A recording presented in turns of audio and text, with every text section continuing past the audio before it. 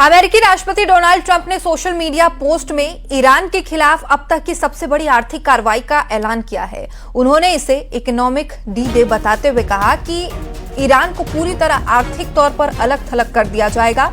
Trump ने उन देशों को भी कड़ी चेतावनी दी है जो ईरान को किसी भी तरह से आर्थिक मदद करेंगे।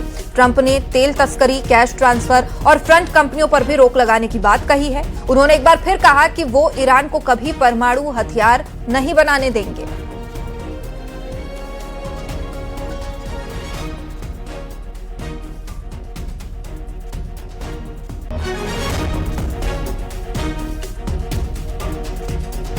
तो मिडिल ईस्ट में जारी जंग के बाद अब सोशल मीडिया पोस्ट के जरिए ईरान के खिलाफ अब तक की सबसे बड़ी आर्थिक कार्रवाई की बात अमेरिकी राष्ट्रपति डोनाल्ड ट्रंप ने लिखी है और साफ तौर पर लिखा है कि ईरान की आर्थिक मदद करने वाले देशों पर भी ये कार्रवाई होगी। ईरान ने धमकी दी है कि अगर अमेरिका एटम बम से हमला करेगा तो मुंहतोड़ जवाब दिया जाएगा। ईरानी सांसद फादा हुसैन मलेकी ने दावा किया है कि अमेरिका जिस भी हथियार से हमला करेगा, ईरान भी उसी हथियार से पलटवार करेगा। उधर रूस से हथियारों की बहुत बड़ी खेप ईरान पहुंचने वाली है। रूस ने बैलिस्टिक मिसाइल के पार्ट, विस्फोटक, लड़ाकू ड्रोन और गोला बारूद की शिपमेंट ईरान भेज दी है। और इस बीच ईरान ने यूरोप में अमेरिकी सैन्य अड्डों पर भयानक हमलों के सिग्नल भी दिए हैं।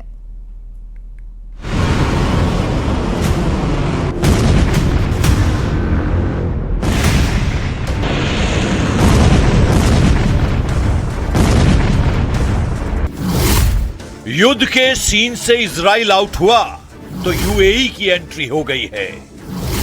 खाड़ी युद्ध में ट्रंप के साइलेंट होते ही पुतिन ने बड़ा गेम कर दिया है। यह युद्ध हर दिन नए मोड़ ले रहा है।